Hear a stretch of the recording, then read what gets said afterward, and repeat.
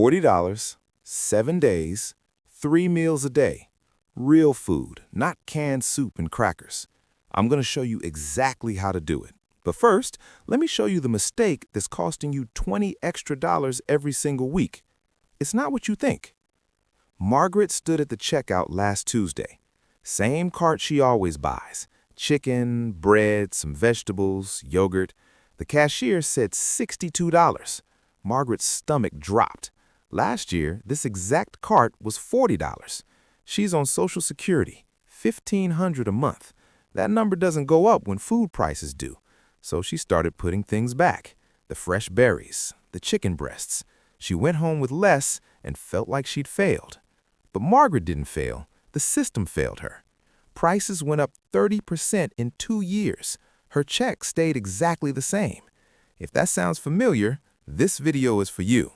By the end, you'll have a clear shopping list, a week of meals planned out, and you'll know the 3 rules that cut your grocery bill in half without eating like you're broke. Because you're not broke, you're just being squeezed, and there's a way to push back.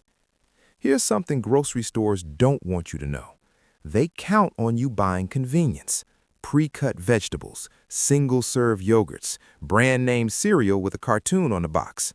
Every one of those choices costs you double what the smart version costs. I'm going to show you 2 shopping carts. Both cost $40. One feeds you 3 days, one feeds you 7. The difference isn't luck, it's knowing what to skip and what to grab. Stay with me. Let's build the cart that wastes money. Not because you're doing anything wrong, but because this is what the store trains you to buy. Name brand cereal, $5. Looks healthy, box is huge, but it's mostly air and gives you maybe 4 bowls. Pre-cut salad, $4. Saves you 2 minutes of washing lettuce, but half of it turns to slime before you finish the bag. 4-pack of yogurt cups, $5. Convenient, but that's over $1 per tiny cup. 3 frozen dinners at $4 each, that's $12. Add some deli meat for $6, bottled water for $4, you're at $40. Count the meals. 2 breakfasts from cereal, 2 lunches from deli meat, 3 dinners from the frozen boxes, maybe a yogurt as a snack. That's 7 or 8 meals total. If you eat 3 times a day, that's 2.5 days of food, not even half the week. The problem isn't the food, it's the format. You paid for packaging, for slicing, for someone else's time. We're going to flip that. Here's the cart that changes everything, and the first item is going to surprise you, because most people think it's too expensive. 12 eggs, $3. That's 25 cents per egg.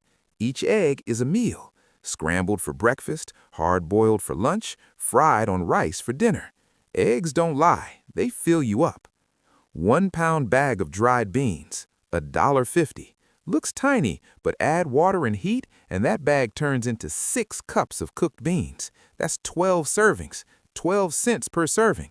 Protein, fiber, and they keep you full for hours. 2-pound bag of rice, $2. That's 40 servings of rice, 5 cents per serving. Rice goes under beans, next to vegetables, in soup. It's your foundation. Box of pasta, $1. 1-pound box makes 8 servings. Pasta with a little sauce and cheese feels like comfort food for pennies. Loaf of bread, $1.50. 14 slices. Toast for breakfast, sandwiches for lunch, a side with soup. Bread stretches every meal. But now people are looking, and once you see it, you can't unsee it. The world starts to look less like infinite variety and more like a library of reused components. The visual glitches are strange, but when people start glitching, it becomes unsettling. A woman in her 60s was sitting in a cafe by the window, watching the street. A man walked past, blue jacket, white shoes, carrying a bag. 1 minute later, the same man walked past again. Same jacket, same shoes, same bag, same pace, same direction. She thought it was odd, but dismissed it. Then it happened again and again. 5 times in 10 minutes, the exact same person walking the exact same route, like a looping animation. She went outside to see where he was going. The street was empty, no sign of him.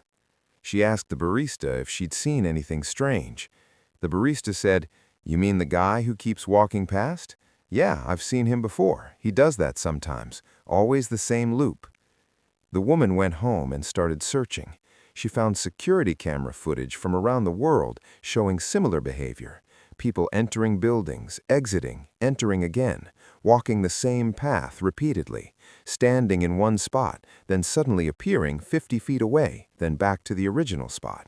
Like NPCs in a video game stuck in a broken routine. One video showed a woman in a grocery store picking up the same can of soup, putting it back, picking it up, putting it back, 20 times in a row before walking away as if nothing happened. These aren't pranks. The people in the videos aren't aware they're looping. When interviewed later, they don't remember doing it. Something is causing people to behave like code caught in an infinite loop, and it's happening more frequently. A man who works in a subway station noticed something disturbing about passenger conversations. They were repeating, not the topics, the exact words. Different people, days apart, having identical conversations down to the pauses and inflections. He thought he was imagining it, so he started recording snippets on his phone whenever he overheard something that felt familiar. After 2 weeks, he had proof. 12 different pairs of strangers had spoken the same dialogue, word for word, sometimes with different voices, but the script was identical. Did you hear about the restaurant on 5th? The new one? No, what about it? Apparently it's closing already. Bad reviews. That was fast. Didn't it just open? Last month. I guess people didn't like it. He heard that exact exchange 4 times from different people who had never met. He posted about it online. The responses flooded in. People from different cities, different countries, all reporting the same thing. Conversations that repeat, phrases that loop, dialogue that sounds scripted, even though the speakers insist it was spontaneous. One programmer commented, "If you're generating billions of conversations in a simulation, you don't write them all from scratch. You use a database, pull from a library of pre-written dialogue, and distribute it. Most people wouldn't notice the repetition because they're not listening closely. But if the system is under strain, it might reuse scripts more often than it should. We might all be reading from the same limited script without realizing it." Then there are the objects that don't behave like objects should behave. A woman walking through a park saw 2 identical benches side by side. Not the same model, identical. The same scratches in the same places, the same rust stains, the same worn patches. She took a photo. The next day, one bench was gone. She asked park workers. They said there had only ever been one bench in that spot. She still has the photo. 2 benches, identical down to the damage patterns. Online, people share similar stories, seeing duplicate cars with the same license plates in different locations. 2 people wearing not just the same outfit, but identical wrinkles and stains. Objects that appear twice, then one copy vanishes. In video games, when a system is overloaded, it sometimes duplicates objects by mistake, a rendering error called instancing failure. You see 2 versions of the same thing where there should only be one. If reality operates on similar principles, and resources are stretched thin, wouldn't we expect to see exactly this? But here's where it gets truly strange. A man in his 60s placed his keys on the kitchen table, turned away to pour coffee, turned back, keys were gone. He searched everywhere. 10 minutes later, frustrated, he walked back to the table. The keys were there, in the exact spot he'd left them. He thought he was losing his mind, until it happened again, and again, with different objects. A pen, a phone, a coffee mug. They would disappear for anywhere from 5 seconds to 20 minutes, then reappear in the same location. He started filming. Over the course of a month, he captured 8 instances on camera. Objects present in one frame, absent in the next, present again later. No one touched them, no explanation. He found a term for it online, de-rendering. In video games, objects behind the player or outside their view cone are often not rendered to save processing power. They technically stop existing until the camera looks at them again. Thousands of people report the same phenomenon: objects vanishing when not observed, reappearing when attention returns to them. It's exactly how a poorly optimized simulation would behave if it were trying to conserve resources by only rendering what's being actively observed. A video game developer in his 50s heard all these stories and recognized something. "These are textbook rendering errors," he said. "I see them in development builds all the time." He laid it out. Pixelated sky? That's LOD failure, level of detail not loading properly. Copied clouds? Asset reuse to save memory. Looping people? Broken animation cycles. Duplicate objects? Instancing errors. Disappearing items? Aggressive culling of off-screen objects. Every single one of these glitches has a direct parallel in game development. They're the kinds of bugs you see when a system is pushing beyond its capacity, when the engine is cutting corners to keep running. He continued, "If our reality is a simulation, and if that simulation is running low on processing power, we'd expect to see exactly these symptoms.